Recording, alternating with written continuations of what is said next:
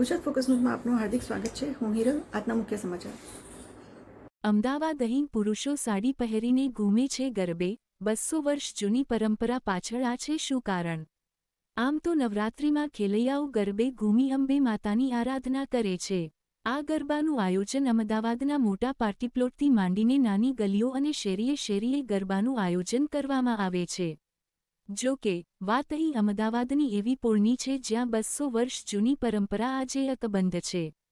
આ પોળ છે શહેરના શાહપુર વિસ્તારમાં આવેલી સદુમાતાની પોળ, જ્યાં નવરાત્રિના આઠમે પુરુષો સાડી પહેરી ગરબે ઘૂમે છે। અમદાવાદના શાહપુર વિસ્તારમાં આવેલી સદુમાતાની પોળમાં વર્ષોથી નવરાત્રિમાં એક અનોખી પરંપરાનું પાલન કરવામાં આવે છે। આ પરંપરા અનુસાર અહીં રહેતા પુરુષો સ્ત્રીઓનો વેશધારણ કરીને એટલે કે સાડી પહેરીને આઠમની રાતે ગરબે ઘૂમે છે। આ નવલી નવરાત્રિમાં પણ આ પરંપરા અકબંધ રહી છે। 200 વર્ષથી ચાલી આવતી આ પરંપરાનું અહીં પાલન અહીં થાય છે। લોકવાયકા પ્રમાણે સદુમાતાની પોળમાં બારોટ સમાજમાં એક સતી માતાની યાદમાં આ સમાજના લોકો આઠમની રાતે મહિલાના કપડાં પહેરીને ગરબા રમે છે। આ ગરબા ગાવા માટે આ પુરુષોને તેમની જ પત્નીઓ મહિલાઓના કપડાં પહેરાવીને તૈયાર કરે છે।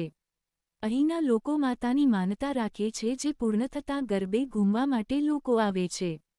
આ પરંપરા અહીં વસતા સ્થાનિકો અને અહીંથી બહાર વસતા બારોટ સમાજના લોકો જાળવી રહ્યા છે। આ ગરબાને જોવા માટે મોટી સંખ્યામાં આસપાસના લોકો પણ આઠમના દિવસે આવે છે। શાહપુરની સદુમાતાની પોળમાં રહેતા લોકો જણાવે છે કે અમે પરંપરા અને અમારી બાધા પૂરી પાડવા માટે સ્ત્રીના કપડાં પહેરીને એક તો એક વ્યક્તિ ગરબા તો ગાઈએ છીએ। મહત્વનું છે કે કોરોનાના કારણે અનેક જગ્યાએ ગરબાના આયોજનો બંધ રહ્યા હતા, પરંતુ સદુમાતાની પોળના રહીશોએ વર્ષોની આ પરંપરા ક્યારેય તૂટવા દીધી નથી। આ પરંપરા અહીં હજુ અકબંધ રહી છે। અહીં પુરુષો સાડી પહેરીને ઘૂમે છે ગરબે। 200 વર્ષ જૂની પરંપરા પાછળ આ છે।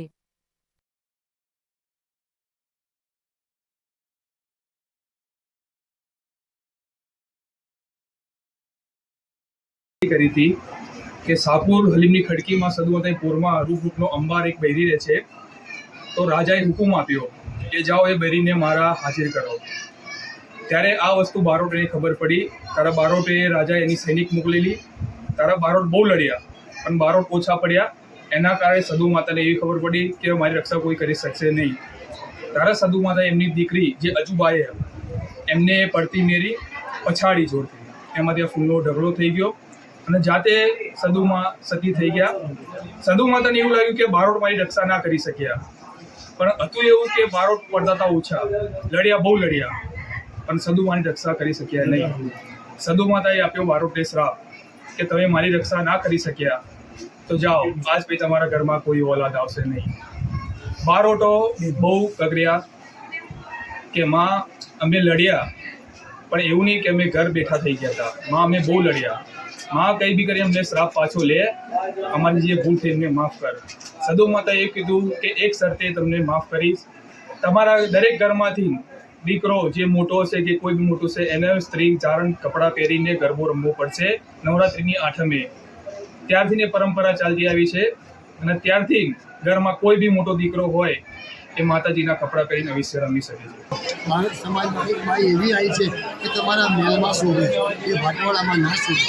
તો સુબાએ માણસો મોકલ્યા, ઘોડેસવાર મોકલ્યા કે જાઓ પેલી બાઈઓ પડી જાઓ, લઈ આવો। હા, એ લોકો લેવા આવ્યા પણ સદુમાં એકલા હતા, કારણ કે અમારો જે વ્યવસાય છે, અમારો વંશાવનો વ્યવસાય છે, ભાઈબંધા મારું છે, અમે ગામડે ગામડે ફરવાનું છે। તો ત્યારે એ સમયમાં મહેસાણાથી અહીંયા આવું તો 4 દિવસ લાગે છે, કારણ કે બળદગાડા હતા। તો માતાજીએ 2 વાર 3 વાર પાછા કાઢ્યા, 4 વાર કાઢ્યા। હવે એકવાર એવું બન્યું કે સુબો પોતે આવ્યો અહીંયા અને એને આવું અને હરિસિંહ નામ, હરિસિંહનું નામ જે સદુમાના ઘરથી નામ હતું હરિસિંહ આયા અને જોયું અમારા સિપાહીઓ કેમ ઊભા છે મારા ડેલીને નાખે, કીધું કે અમે તારી બાઈને લેવા આવ્યા છીએ મહેલમાં। જ્યાં એવા શબ્દ સાંભળ્યા એમણે કમરમાંથી સીધી તલવાર કાઢી અને પેલાના ગરદન ઉપર મૂકી દીધી કે બોલ્યો તો નીકળી ગયા, એ તો બહુ લાંબુ ધીંગાણું થશે। મારો સમાજમાં મલાજો બહુ છે સાહેબ, હજુ આવ્યું તો પણ એવા ગયો નહીં, ધીંગાણું થયું। કેટલા બાળકો હતા, એટલા બાળકો શહીદ થઈ ગયા લડતા લડતા. હવે સદુમાએ એમ કીધું કે જો હું હજુ વધારે રહીશ તો આ જેટલા બચ્યા છે બાળકો એ બી શહીદ થઈ જશે ખરેખર. પણ સદુ માતા મા કાળી માતાના પરમ ભક્ત હતા. એટલે માતાજીએ એમને સત ઉપાડ્યું ત્યાં માતાજી આખું રણચંડીનું રૂપ જોયું. એમણે વાર ખોલી ગયા અને એમના હરિસિંહને બાવડું પકડીને તલવાર લઈને અહીં આવ્યા. હાથમાં દીકરી હતી અચુબા છૂટા નાખ્યા. જેવા છૂટા નાખ્યા એવો એમનો દેહ તો પડી ગયો, પણ ત્યાં ફૂલનો ઢગલો થઈ ગયો. હાલમાં જે ડેરી દેખાય મારી પાછળ એ અચીબાની ડેરી છે. એ જે ડેરીમાં ત્યાં દીકરી એમની ફૂલનો ઢગલો થઈ ગયો. સદુમાએ કીધું હરિસિંહને કે મારું ઘરથી મારું નોકર કરો, પણ હરિસિંહનો જીવ ના ચાલે તો મારી પુત્રીને મારી નાખું કે ના. તો હા ના કરતાં પછી છેવટે સદુમાને કાળઝાળ રૂપ થઈ ગયું કે હવે તમારે મને ધડ નોખું જ કરવું પડશે. ત્યાં ધડ નોખું કર્યું પણ કોઈ એમનું જીવ ના ચાલે.